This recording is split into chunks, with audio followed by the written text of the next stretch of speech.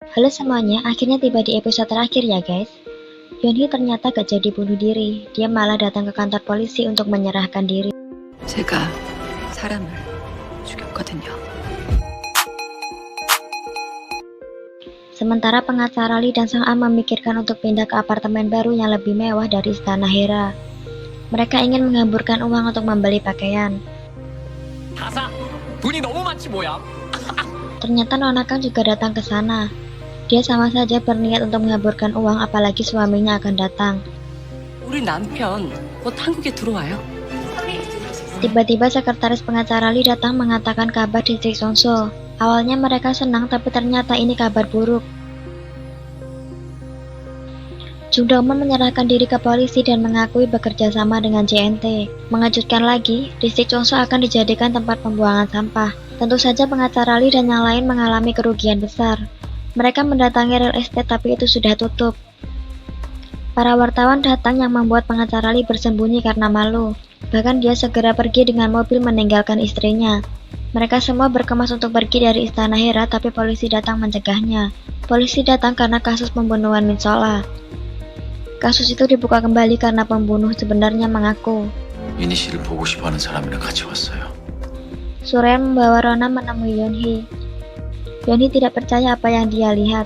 Suryan sebelumnya sudah menyuap dokter untuk mengawasi Rona, bahkan memasukkan kematiannya dan memindahkan ke rumah sakit lain. 사라져 로나야. 제발 좀 떠. 돌아왔습니다. Seperti keajaiban, Rona akhirnya bisa sadar. Yeonhee terus menangis, tapi dia tidak mau Logan membawa Rona padanya. Melihat Rona hidup itu sudah membuatnya bahagia. Yeonhee mendatangi Sojin dan mengatakan dia melihat semuanya saat Soa meninggal. 내가 죽였어. Sojin tentu saja sangat terkejut, apalagi Suryan sudah tahu. Pengacara Lee terus menyangkal dia membuang mayat Soa, ditambah Eting Sang A yang bersimpati pada Soa. Pengacara Lee terus bertanya sampai membuat polisi kesal. Nona Kang juga sama menyangkal kalau dia ikut membersihkan air mancur. Tapi ada saksi yang dengan jelas melihat perbuatan mereka, yaitu Yeonhee. JNT makan seperti orang yang kelaparan banget ya. Saat itulah Suryan datang. Dia menertawakan JNT yang mengira dia tidak akan pernah tahu tentang Aegyo. Suryan sudah curiga saat JNT menyuruhnya hanya memakai pakaian yang JNT belikan. JNT masih tidak mengerti bagaimana Suryan bisa membodohinya. Tentu saja Suryan mendapat informasi dari Thailand. Suryan sangat kesal karena orang seperti JNT yang sudah membunuh banyak orang masih hidup. Selama ini Aegyo sudah mengkhianati JNT karena jatuh cinta dengan Tuan Jung, tapi JNT tidak percaya. 그런 여자를 왜 죽였지? Tiba-tiba Tuan Jung muncul yang membuat JNT terkejut. Dia meminta Tuan Jung mengeluarkannya, tapi Tuan Jung tidak peduli. Tuan Jung terus menghina JNT yang membuatnya marah, tapi Tuan Jung sudah siap dan melemparnya. Tuan Jung sangat marah karena JNT sudah membunuh Aegyo. Suryan merasa puas karena JNT tidak memiliki apa-apa sekarang. Bahkan Tuan Jung juga akan membuat penderitaannya mencapai puncak. 진짜 이름이 따로 있다더니. Logan ternyata juga di sana. Logan tidak mau buang waktu menemuinya karena dia akan pergi ke Amerika. JNT sepertinya putus asa ya guys. Dia teringat momen manisnya dengan Aegyo saat mereka membuat tato. Saat itu JNT berjanji akan membuat hidup Aegyo seperti Sureon dan membuatnya bahagia. Mimpi JNT sangat besar, menghasilkan uangnya banyak dan membuat dunia berlutut di depannya. Anak-anak mereka juga akan tinggal di gedung tertinggi di Korea. JNT sepertinya benar-benar terpukul menyadari dia sendiri yang membunuh Aegyo. Sementara Ambil merasa gelisah, tidak percaya ibunya akan meninggalkannya. Dia diam-diam pergi dari rumah. Di lobi dia sangat terkejut melihat Rona. Rona bertanya kenapa dia tega berbuat seperti itu padanya. Ambil terus histeris menyuruh Rona pergi dari hadapannya dan dia pun berlari kembali ke rumah. Suryan juga mendatangi Sojin. Sojin bertanya apakah perbuatannya begitu salah, padahal yang membunuh Soa adalah Yeonhee. Tapi kesalahan Sojin bukan hanya itu. Suryan ingin Sojin menyesali semua perbuatannya. Nona Jin sudah menunggu Ambil dengan muka marah. Tiba-tiba Ambil memeluknya dan meminta Nona Jin membawanya ke tempat di mana tidak ada orang yang akan menemukannya. 엄마라고. 2 bulan kemudian, tempat sauna Kang Mari ditutup, bahkan barang-barang Sojin juga dibuang.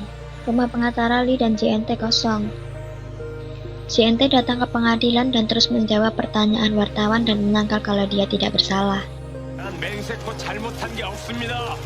Bersama yang lainnya, mereka menjalani sidang hari ini. Antara anak-anak mereka hanya Anbal yang tidak datang. Keributan dimulai saat Suryeon maju. Hakim menanyakan saat Suryeon melihat Sola jatuh karena didorong Yeonhee. Sebelumnya, Yeonhee sudah menulis surat untuk mengatakan yang sebenarnya agar yang lain dapat dihukum dengan adil juga. 네, 맞습니다. Terdakwa yang lain bergantian menyerang Yeonhee yang sudah membunuh dan tanpa malu membawa putrinya ke sekolah, bahkan berteman dengan ibu korban. Semua terdakwa menyangkal perbuatan mereka yang membuat jaksa mengajukan bukti video yang sebelumnya tidak diajukan. Ternyata itu adalah video saat mereka terjebak di mobil. Ini di season 1 ya guys. Mereka mengakui membuang tubuh Min Sola dan memasukkan ke tas golf, memasukkan surat bunuh diri, dan hal keji lain. Tapi mereka masih juga menyangkal. 허위서백 아닙니다. Mengejutkan, Dr. Ha yang dari tadi diam mengakui semuanya dan bahkan menceritakan saat itu mereka takut kalau Sola akan menceritakan dirinya mendapat bulian dari anak-anak mereka. Semuanya menjadi heboh dengan pernyataan Dr. Ha dan itu membuat Sojin sadar kalau hati Dr. Ha hanya untuk Yeonhee. 어떻게 될지 상관없다는 거야? Singkatnya, hakim sudah memutuskan Nona Kang dihukum 1 tahun 6 bulan, begitu juga Sang A. Sojin 7 tahun, Dr. H 2 tahun, pengacara Lee 2 tahun, dan yang paling jahat yaitu JNT dihukum penjara seumur hidup. Mereka lagi-lagi membuat keributan dengan semuanya menyalahkan JNT. Nona Kang mendatangi Jenny dan meminta bantuan 300, tapi ternyata mereka menolak karena dia sudah melanggar hukum. 쪽팔리게. 내 이름 좀 그만 불러. Sebuah kesalahan, Sojin menanyakan Eungyul pada ibu dan adik tirinya. Tentu saja mereka tidak peduli. Di luar, Sojin masih terus mengutuk JNT dan menyesal sudah pernah mencintainya. Tapi dari awal, Sojin memang hanya mangsa bagi JNT. Si kembar menertawakan pertengkaran mereka. Si kembar marah karena JNT sudah mencoba membunuh 2 ibunya dan mereka tidak sudi menjadi anaknya lagi. JNT masih saja sombong. Dia tidak akan memberikan kompensasi apapun pada si kembar. Tapi dia salah karena sekarang semua hartanya sudah diambil alih Suryeon. Sojin ikut senang melihat JNT kalah, tapi Seokyeong mendekatinya. Dia tidak bisa menyimpan rahasia besar kalau Sojin sudah membunuh ayahnya sendiri. Beralih ke Yeonhee. Sebelumnya di depan hakim, Suryeon sudah mengatakan kalau Yeonhee adalah satu-satunya yang berada di sisi Sola saat dia mendapat ketidakadilan. Min Sola menganggapnya orang baik. Yeonhee juga sudah mengalami rasanya kehilangan anak. Dia harus dihukum, tapi Suryeon sudah memaafkannya. Hakim memutuskan dia menjalani hukuman 3 tahun. Mereka semua akhirnya memasuki mobil tahanan dan menjalani hukumannya. Sokon dan Seokyeong membantu Rona berkemas. Mereka masih belum tahu kabar Eungyul. Di luar, Minhyuk membuat keributan. Dia menyalahkan Rona yang menjadi penyebab orang tuanya masuk penjara.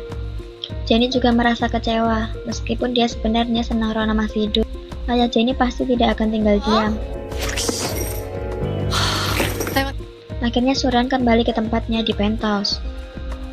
Dia membuang semua barang-barang JNT, foto, kunci ke ruang kerjanya, dan bahkan merusak patung di jalan rahasia.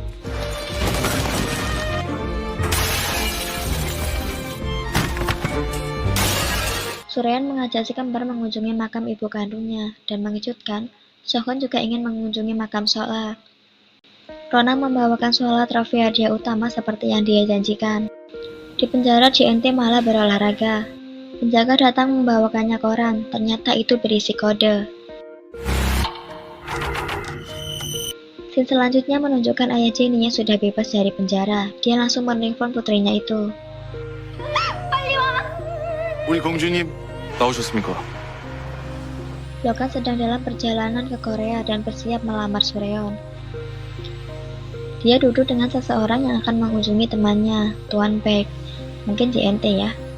Logan segera menelpon Suryeon begitu tiba di bandara dan ingin segera menemuinya. Di scene terakhir ini, Logan sudah menunggu Suryeon di depan tokonya. Temannya ini mencurigakan ya guys. Dan juga ada pemulung yang lewat dan meninggalkan barangnya di samping mobil. Surya dan Logan sama-sama bahagia karena akhirnya bisa bertemu. Inilah akhir dari season 2 ya guys. Apakah kalian masih menunggu season 3? Jawab di komen ya.